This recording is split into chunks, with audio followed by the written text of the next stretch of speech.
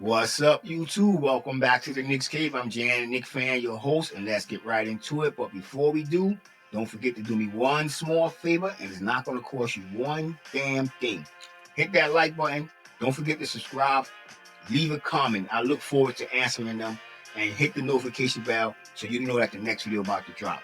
Let's get into this game, y'all. Let's get into the game. The New York Knicks will be hosting the Denver Nuggets. The Knicks is coming off a 4-game winning streak. We're trying to make this 5. Played the Brooklyn Nets. It was a fight down to the end. One would say a comeback. Some call it a comeback, like LL Cool J would say. But I and this have nothing to do because I live in Brooklyn, and y'all, if y'all been watching my video, y'all already know how I feel about the Brooklyn Nets. But the Nets did play a good game all the way to the fourth quarter, and then they fell apart. And that seemed to be the Nets narrative for this season. Get to the fourth quarter, fall apart. But it surprised me that Adrian Griffin was fired today. And I think they're number 2 or 3 in the East. But then I look at Jack Vaughn, and I look how the Nets collapse in the fourth quarters, and he still have a job. Doc Rivers about to be on another team. And when I heard it was Doc Rivers, I said to myself, like, Doc Rivers, he won a championship. But that's it. I think he only won, and correct me if I'm wrong. Correct me if I'm wrong. He only won one championship, and that was with Boston. And he's been living off that one championship since then. I mean, Doc Rivers is not a great coach. If you're going to have the best players on your team, then you ought to know you should win a championship. The same way Pat Riley kept winning championships. The same way Phil Jackson kept winning championships. It doesn't have nothing to do with their coaching skills. And some people might say, "Oh, you stupid." No, I mean that.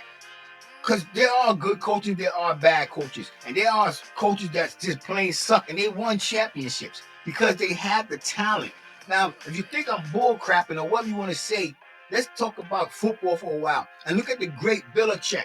Everybody swear this guy is the mastermind, blah, blah, blah, blah. But nobody want to point out one thing. He did not start winning games until he got Tom Brady. And since Tom Brady left, he has not been winning games. So, I'm not going to say he has not been winning games, but he has not been winning Super Bowls, going to the playoffs. So when I say that it's the player that make the coach, you better believe I know what I'm talking about. I know what I'm talking about. You can't, now, if you, okay, let's see, what I'm going to say, Mike Woods. Mike Woods, I think, yeah. Now, that's a damn good coach. But we had a damn good squad. The New York Knicks won the Eastern Conference Finals that year, 50-game season. But we didn't have the best team in the East. So I would give props to Mike Woods for that job being done. But if you have the players, you are guaranteed to make the playoffs. And if you have the best players in the league, you're guaranteed to win the championship. All right, let's get off that. But this coach he's gonna have to come with a better game plan than what he's been doing. He's been running the ice for so long that I'm tired of it. Y'all heard me complain about it. I try not to talk about it. But let's get into this game. Then we're gonna talk about how we can stop them, if we can stop them. Let's be honest. I don't think we're gonna stop them. But let's jump into it. Out tonight for the injuries. Mitchell Robinson, we already know that. Isaiah Hartenstein, Reggie Jackson's a game time decision. Strother is out with a knee injury. Key players of the game is Nikolai Jokic, Jalen Brunson. It's going to be a tough one. They're not going to be matched up against each other. The matchup I want to see is going to be Jamal Murray and Brunson. But who do we really have to match up with? Jokic. Now that Mitchell Robinson and Mitchell Robinson don't really do a good job, because Mitchell Robinson actually, in my opinion, hurts us when we play teams like the Denver Nuggets. Centers that can step out and hit that three. Mitchell Robinson, he comes out, but most of the time he's late. So we only, right now, our two big men is Achua and Jericho Sims. And let's be honest, neither one of them is a match for the Joker. But if I was Tibbs, I would send Sims out there first. which he most likely going to start. He's been here longer than mature, but we'll see. Teams just have a way of switching shit up all the time. Sims should come out there just to put a body on him and try to slow him down or just foul him and frustrate him. You don't really see that in the NBA no more. When you just put a guy out there for one reason only, a designated frustrator. Get out there, smack that man, foul. Your job is to foul out the game. But long as you get that dude to a point where he's frustrated and he's off his game, or he's just not concentrated, or he pick up a technical foul, hopefully 2 technical fouls, and he's out of here. We don't have players, coaches don't do that anymore. I mean, it was a smart tactic. Some people didn't like the tactics, or like Hacker Mitch. We don't do stuff like that. Well, at least not with our coach. We need to get out there and start making players frustrated, want to fight. You know what I'm saying? Stuff like that. Let's talk about their stats and how these two teams match up. They're both averaging 115 points a game. Pace, 28th. Actually, Denver Nuggets have a slower pace than the Knicks, so that might work to our advantage. And they do have a slow pace because they have Jokic. Sometimes this is what I was talking about. I hope I'm not moving too fast for y'all. But this is what I was talking about with Mitchell Robinson. I was trying to say, but Mitchell Robinson is not the player of Jokic's caliber. He's not that much of an offensive threat. But Mitchell Robinson slows us down. This is why I said I had wanted Isaiah Hartenstein to be our starter, because even though Mitchell Robinson is not going to be part of that offensive play, he's still part of the offensive play. And what I mean by that, he had to come and he had to get in position to set picks or whatever so that we can run that play. But we usually have to wait till he come running up the court. So he kind of slows down. In my opinion, I think that's why the Knicks are damn near last in pace with 27, 96.8. And I know he's going, but if you look at it, it had been an improvement, and the Knicks have looked like a faster team running up and down the court. So we're going to see that. But that's one thing I just have to put out there. I just wanted to throw out there, like, reason why I think when we slow at pace, Mr. Robinson slows us down. Now let's go over here to field goal percentage. We're 20th. They're actually tied for third, 49%. 3-point, there's 27. We're 13. They're 20. They're making them. Excuse me. Let me start it over. When it comes to 3-point field goals, they're 10th, 11 a game. They're shooting it at 37%, which makes them 10th. The Knicks are 11th at 37.2%. We're averaging 13.2 threes per game. Free throws, we're 78, tied for 15th. They're 75, tied for 28th. When it comes to rebound, they're 11th. We're third. Offensive rebounds, they are 15th. We are third. So we do have advantages. Free throw department, we get to the line more than they do. Rebounding, we grab more rebounds than they do. And we hit the offensive board harder than they do. So there is chances that we can get in and have a chance of winning this game. But it's going to come down to how the coach draw up the scheme for this game. Assists, they are actually 4th for 29 a game. We're 29th, damn near last with 24 assists a game. They're ranked 2nd. We're 29th. That's the percentage of assists. Sometimes I'll be wanting to cut that out. When it comes to steals, we're tied at 16. They're 21st. Turnovers, they're 3rd. We're 13. True shooting percentage, 57. We're 18. They're 9th at 59. Effective field goal percentage, 18, 54%.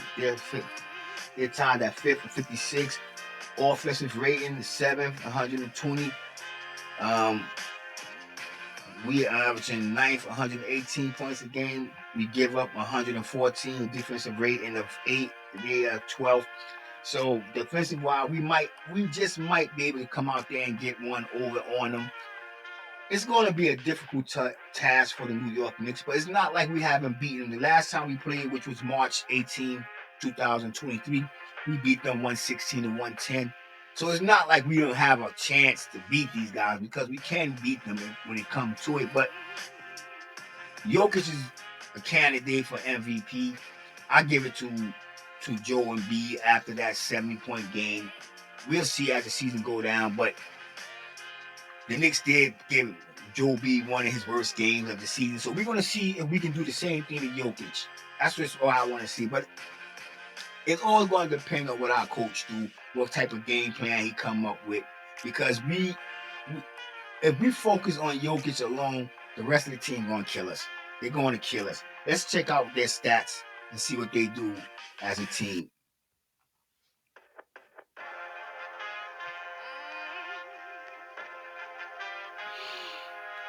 Jokic is averaging what? 26 points on 59% shooting. From downtown, he's shooting 36%. Murray is averaging 21 points on 47% from the field. Then you got Porter at 16 points, 48% from the field. It's kind of like the Knicks. Once you get past their 2 stars, nobody else is averaging 20 points a game. The highest is Michael Porter Jr., which is 16 points. Then you got Aaron Gordon, 13 points a game. Reggie Jackson, which is a game-time decision, at 11 points a game. Then Caldwell Pope, 10 points. Then Brown, then Watson. Strava, he's out. You got Jordan. I don't think he'll be playing, but we'll see. Holiday. The Nuggets, if you look at the Nuggets team and you say, oh, they only have Murray and Jokic, but they have what I mean about team, they have a nice supporting cast. Like their management actually went out and looked at the strengths and weaknesses of their 2 star players and really built around them. Because they're like, come on, Jordan, you know what I'm saying? DeAndre Jordan should be out the league, but he's a very capable, solid backup that's going to come out there and give you at least 8, 9, 10 minutes a night. And that staff took that into consideration when they went out there and they put that team together. They are the defending championship champions, so it's going to be a test. It's not a test that I don't think the Knicks can win. I still think the Knicks can take this game. It's just going to have to be our game planning. Like, can Achua stop? I know I shouldn't have said that. Jokic, no, we know he can't stop him. But the matchup that I'm really going to be looking at is going to be Jalen Brunson and Jamal Murray. This is going to be a real good matchup. They're both, Murray's he's a relative, I'm not going to say small, but, I'll give him in between. I don't know, James doesn't really play man-to-man defense, so when you say a matchup, it's really not like they're going to be going head-to-head, but we're going to be talking about their points they drop. Julius Randle, who can stop Julius Randle on that team? I don't know. And I know they're not going to have Jokic playing defense on Julius. It's most likely going to be Porter or Gordon playing him. So I don't know. If you think about it, let me back up something. If you think about it, this might be, I ain't gonna say a miracle, but this might be a really good game. You know what I'm saying? But if we come out and just focus on stopping Jokic, we're going to get blown out because everybody else is going to start making their shots. And there's going to be nobody over here to contest them shots. We already know how this defense runs. When the player get in the paint, we triple team. That's the thing I hate about it. Like, soon as a player, I don't care who it is, once his foot head to that blue, Julius come from here, they come from here, they come from here. And you have 3 open shooters. So this is what I mean by if we play that style of defense, we're getting murdered. Because they're not going to miss them shots. And just like when the Nets came out and the Nets was killing, only reason the Nets really lost that game because down the stretch, they started missing shots. But other than that, they was pop, pop, pop, pop. They was hitting them threes. You know what I'm saying? Not every man was hitting all their threes, but every now and then, because Finney Smith Jr. that game was like 0 for 13 before he hit his first 3. But he had 13 attempts, wide open attempts. And this is what I'm talking about, Tibbs' defense. It leaves them type of opportunities for opposing players. So I don't know. One would say that the defense can't be that bad. It got us right here in 5th. But then again, that's when I say it comes down to the players. You know what I'm saying? You can have bad coaches, but if you have a good players around you, you're going to be a good team. And it's been proven. Because I don't care if nobody says Phil Jackson is what's it? A mediocre coach. But he was coaching who? Shaq, Kobe Bryant, Michael Jordan, Scottie Pippen. He always had stacked stars. And when them guys left, you see what happened. He left and went to LA because he's not a coach. He's a guy who who win games with real good players. I know I can sum it up, but think about it. Let's just think about it. Let's take Steve Kerr for instance, and let's put Steve Kerr anywhere else. Do you think Steve Kerr would have a championship if he wasn't coaching Steph Curry and had Kevin Durant? No. I'm gonna tell you right now, no. And when Steph Curry retired, Steve Kerr is going to retire. Steve Kerr is not a real coach. I don't care what nobody says. He's not a real coach. I'm not saying he don't know how to coach, because he know how to coach. He's been around the game for years. He know how to coach. But he's not the reason they won them championships. He won them championships because he had the best players available to him. Just like Phil Jackson. You know what I'm saying? Just like Pat Riley. You know what I'm saying? Any great coach that won multiple championships, look at the players they had.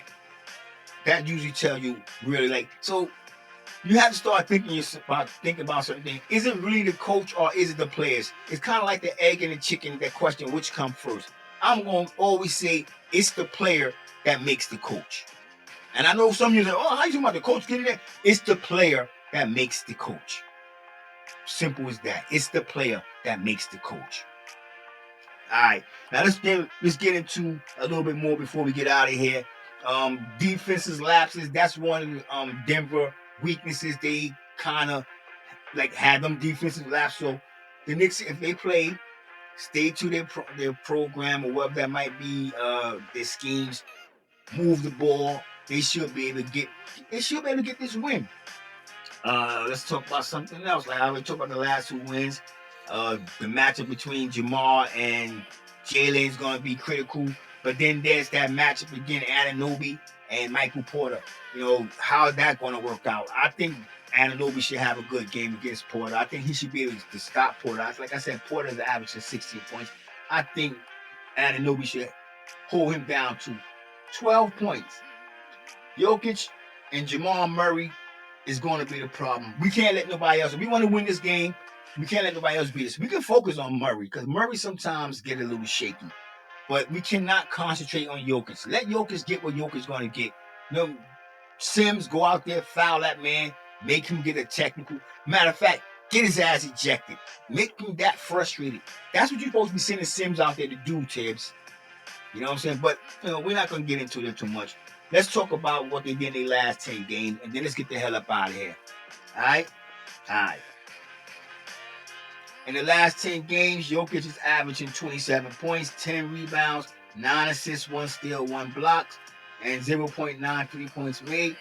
Murray is averaging 24 points, 4 rebounds, 7 assists, 0.6 steals, 0.4 blocks, and 1.93 points made a game. Aaron Gordon, like I said, I was talking about Michael Porter Jr. Aaron Gordon is 13 points, 6 rebounds, 2 assists, 0.3 steals, 0.7 blocks, and 0.3 points made. Now, Michael Porter, he's averaging 16 points a game. In the last 10 games, you can say he fell off a point. He's averaging 15.5, 5 rebounds, 1.7 assists. Then you got Kentavious Caldwell-Pope at 10 points a game. I mean, this is what they starting unit, and this is what they're averaging for the last 10 games. That's what I'm not that good of a mathematician. I could do it. I have the paper, but I was going to add them points, but I'm not even going to add them up. But let's move over to the Knicks real quick and what they've been averaging in the last 10 games. We're going to have to scratch Isaiah Hartenstein out because we know he's not playing. But Randall been averaging 23 points, 8 rebounds, 5.9 assists over his last 10 games, 0.4 steals, 0.4 blocks, and 2.23 points made per game. Brunson, 24.3 points, 3 rebounds, 5.3 assists, 0.5 steals, 0.2 blocks, and 2.4 3 points made. Like I said, we're going to skip over Isaiah Hartenstein because he's not playing. Anunoby is 14 points in the last 10 games, 4.8 rebounds, 1.3 assists, 1.3 steals, 1.5 blocks, and 1.6 3 points made. And Devin Cheezer was averaging 13 points. Y'all see it right there. So, like I said, the Knicks are going to have their hand cut out, but it's not like we can't beat them. Now, when you look around the league and everybody giving their prediction, they are actually predicting that the Nuggets are going to win. And I know what I'm about to say is not going to seem surprising. And no, I don't always come out and see the Knicks is going to win, because I actually said that I was afraid of that Orlando Magic game, that was the game that the Knicks can beat us, and they beat us. So I'm telling you right now, we keeping the streak alive. I'm letting y'all know right now, the New York Knicks is going to win this game. You want the score? I'll give you the score. I'll give you the score. One. Hold on. It's coming. It's bouncing around my head. 111-98. New York Knicks victorious. We write that down so that I can brag about that. But I'm pretty sure y'all hit me in the comments if I get it right. 111-98. New York Knicks walk away victorious. Tell me what y'all think in the comments. And with that being said, I want everybody to stay safe, stay healthy, God bless, and peace. Peace. And let's the Knicks take this game. Come on, we need this. We need this game to shut the critics up. Once again, stay healthy, stay safe. God bless, and peace, brothers. Peace.